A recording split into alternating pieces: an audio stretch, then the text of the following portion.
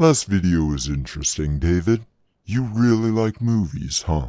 Yeah, honestly, originally I wanted to become an engineer like my grandpa and fix things like him. It ended up not happening because of physical issues, but that's neither here nor there. So, Wednesday, what are you going to be talking about today? Pain. I'm talking about pain. The Adeptus Mechanicus? No. Adeptus Custodes? No. Iron Warriors? No! Harlequins? Actually, close. The Imperial Agents, specifically the rumors and admittances about them, and what GW is doing to my Deathwatch. This is gonna hurt a bit. So, from the GW announcement, we know that there will be 3 Imperial Agents detachments. One designed for Grey Knights and the Ordos Malleus, one designed for Sisters of Battle and the Ordos Hereticus, and one designed with the Deathwatch and Ordos Xenos in mind. That design choice seems very odd to me. We already know that the Sisters got their own codex because you can buy it now, if you've got the $60 and luck to get it here in the States. They announced that there will be a Grey Knights codex, but Deathwatch? It implies, but doesn't outright state, that there will be no Deathwatch codex. The announcement says that you can still play the Deathwatch, but in an Emperor's Children way. I'll definitely be doing this, I want to say that. I've already painted so many of these things, I'm not backing down now. But there's a confusing thing about this. They spent money on the Deathwatch already. They've even still been making Deathwatch units. It's strange. I made 2 videos about the Deathwatch's detachment. Black Spear started out great and went downhill fast. The changes have been rather minimal and odd. The faction was essentially thrown out with the bathwater almost out the front gate. First change they made was to change the ammunition stratagems. Dragonfire, Hellfire, and Kraken rounds. They originally could be used on any weapons, but then they swapped it to only bolt weapons and had to do a full list of what counts as a bolt weapon. They did forget a couple on the list, but that's a simple mistake, whatever. And then they lowered the points cost of 3 units: the Watchmaster, Watch Captain Artemis, and the Deathwatch Veterans units. That's all their changes to the Deathwatch that were not general Space Marine changes, most of which were for the General Army's detriment. This actually leads into confusing things about the Army too. Kill teams are confusing as sin, and I love them. A kill team is a unit made of multiple unit types. Even when they're the same unit, they're not the same. For example, the Proteus kill team, this is made of a minimum of 5 Deathwatch veterans, and you can add either more veterans, veterans with jump packs, bikers, or terminators. Each model can get their own weapon or weapon types. Abilities are changed. Because it's a kill team, it gets the kill team army rule, and Oath of Moment because Space Marine. But the Deathwatch veterans would lose their Death to the Alien, Deathwatch Terminators losing their Deep Strike and Charge ability, and Biker losing their Advance rule, in place for a bonus to hit rolls. The Kill Team Army rule only applies to things that have Kill Team in their name: Proteus, Fortis, Indomitor, and Spectrus kill teams.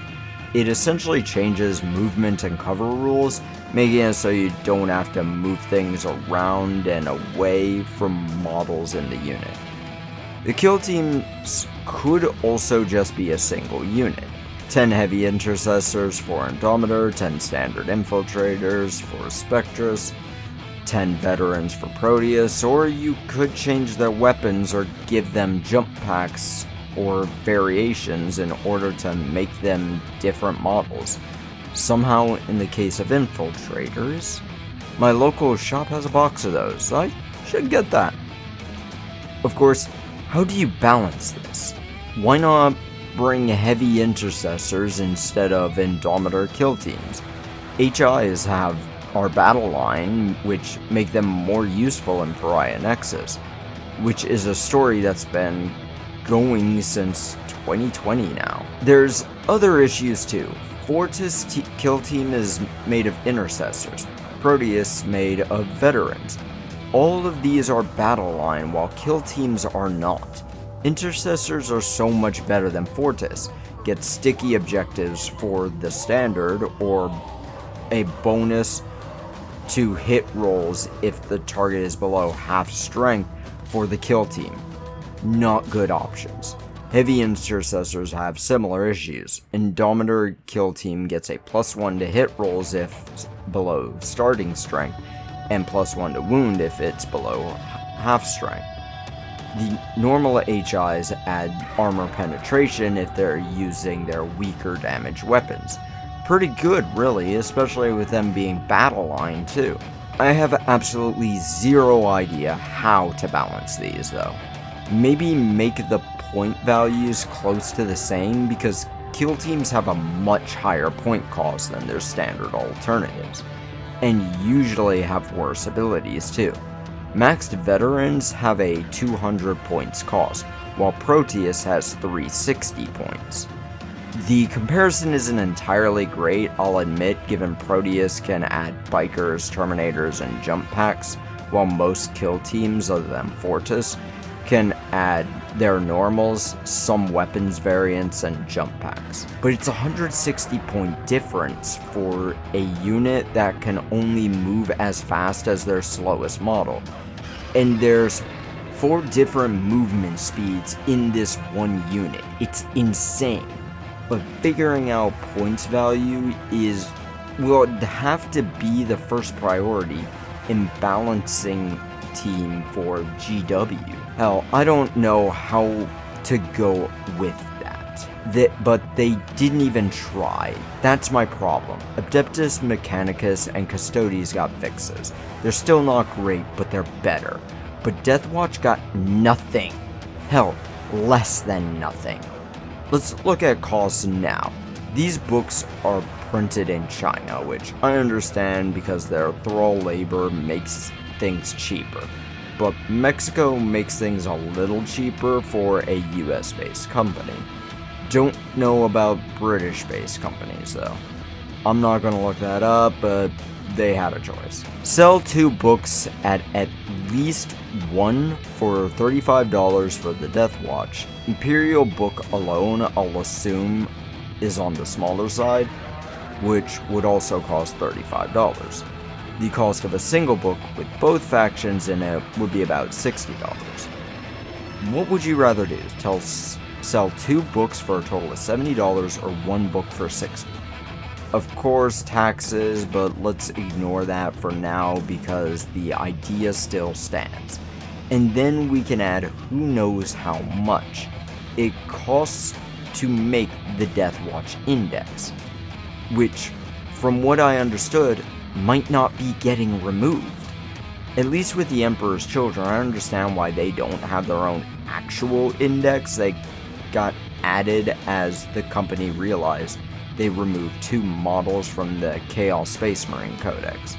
But in the case of Deathwatch, it sounds like they're simply removing something they've already paid for. Maybe I'm wrong.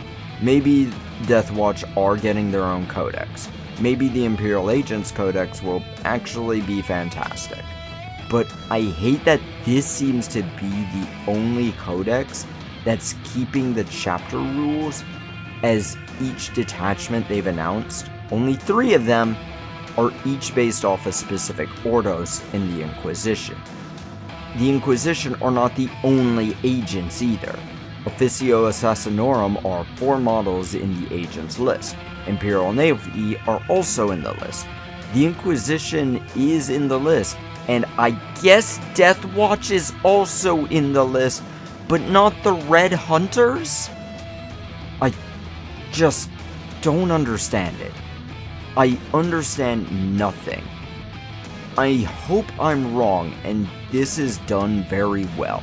but I really doubt it given GW doesn't seem to have any iota of an idea of what they're doing, so shove off.